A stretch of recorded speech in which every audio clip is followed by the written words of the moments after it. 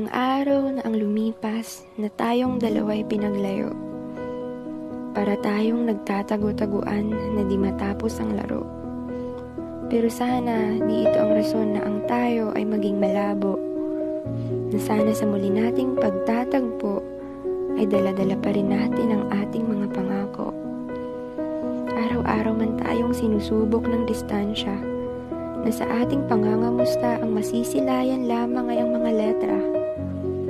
Salitang mahal kita ay minsan na lamang maririnig dahil mas madalas natin itong nababasa. Sana di tayo manghina na hanggang dulo ikaw at ako ay buo pa rin sa ating muling pagkikita. Ang dami mang nagbago.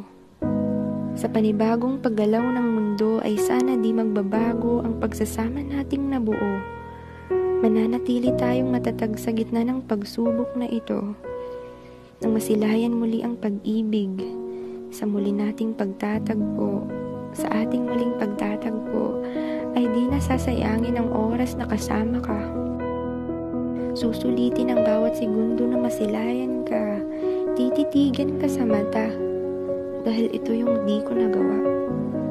Ang pahalagahan ka dahil parang mas naparamdam ko sa'yo ang binaliwala.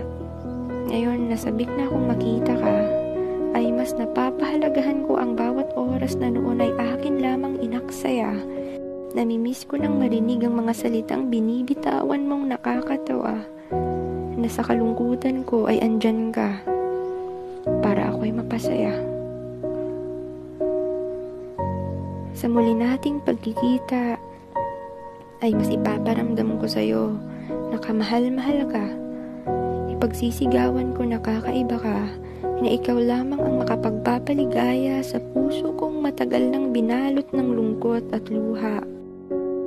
Kaya sa muli nating pagkikita, di na muling sasayangin ang mga pagkakataon, di na muling ipaparamdam ang sakit na matagal nang nakabaon, mas papahalagan ka, at hinding-hindi nalilingon. Mga di magandang nakaraan ay hahayaan ng matangay ng alon.